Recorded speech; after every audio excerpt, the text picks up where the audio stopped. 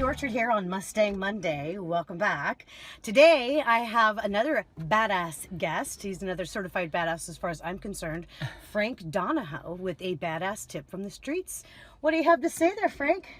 You know, Kelly, we just came from an amazing Rotary meeting, and I'm just so moved that I don't really have anything else to talk about except this guy who came to speak to us, who's part of a national PTSD foundation. Man, he's a Navy corpsman, 3 deployments to Iraq, seriously injured by a mortar in Iraq, and now what he's doing, he's devoted his life to helping people who, like him, have PTSD, are fighting PTSD, and I just found his story so amazing. Yeah. As you know, what we do at the Field of Honor for the last 10 years, within Rotary, is the Field of Honor. It's our major project. And we hear some amazing stories among these 2,000 flags that we put up near City Hall. We hear them every year right around Veterans Day. And then we have veterans come and many of them for the first time will sort of pour their hearts out. You know, it's Yeah. So I don't know how to get to this, you know. These guys are all badasses. They sure are. As far as I'm concerned. Absolutely. There's no doubt there. That it's like, if I was to redirect you at this point, it's like, well, there's a badass tip all by itself. But here's a man, a soldier, who, no matter what happened to him, fortunately for his family and for him, he's still alive.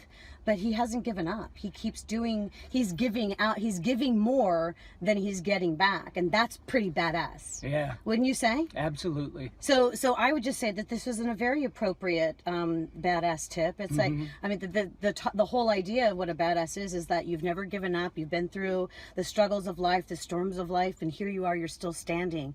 Well, that's pretty badass. Whoa. Yeah. That's perfect. Exactly. That's exactly what this guy is. Exactly. He's been through more than any of us could even imagine. Right. Physically, but emotionally, and he has come out stronger. So I guess you're right. Yeah. If there's anything at all badass, you know, that is a great example. That definitely is. That I wish I was running the camera when you said that. It's like, oh my God, you're making me think. Yeah.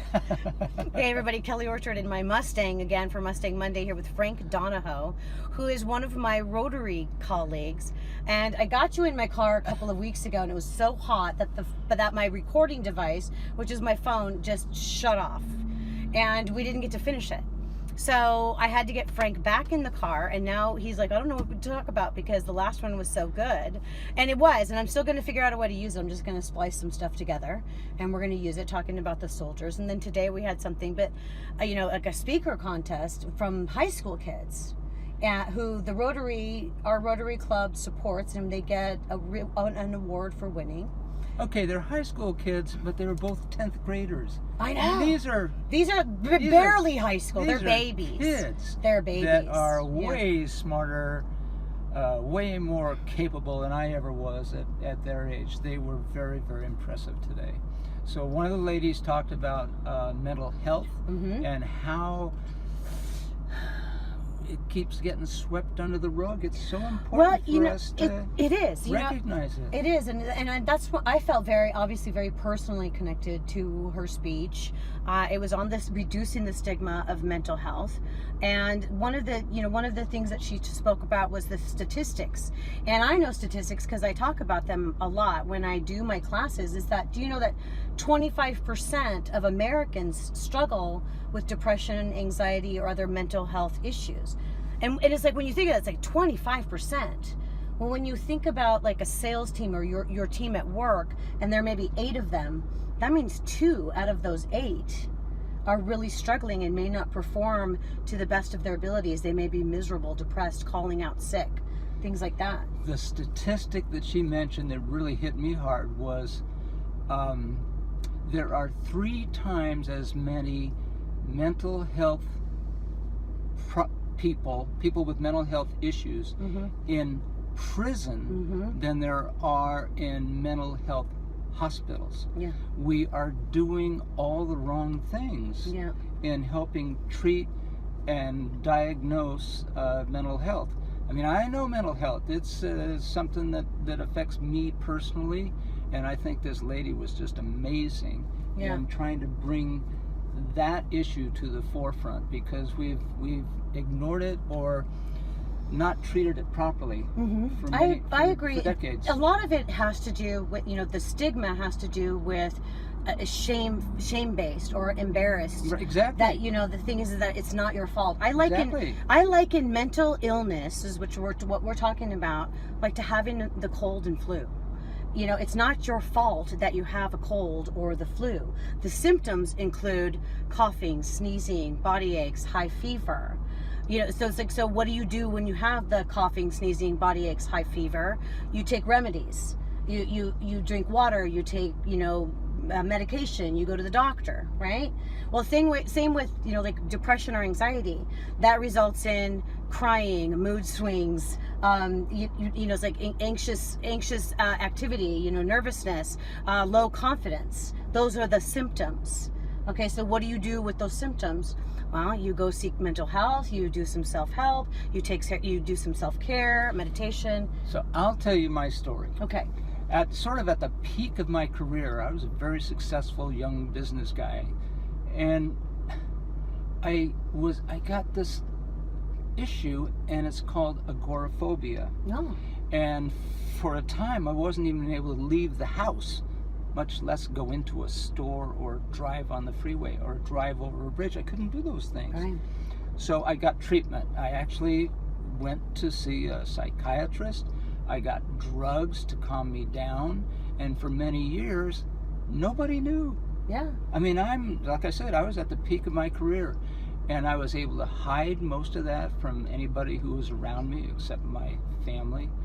But I never wanted to talk about it. I didn't want to admit it. I went to I think my father had the same thing, so I told him about it, and he was sort of in denial of his issue and in denial of mine. He said, "Oh, you must be just dizzy from something." So I don't know. That's not a severe mental health, but it is a mental health issue, and it shows how we treat it by hiding it.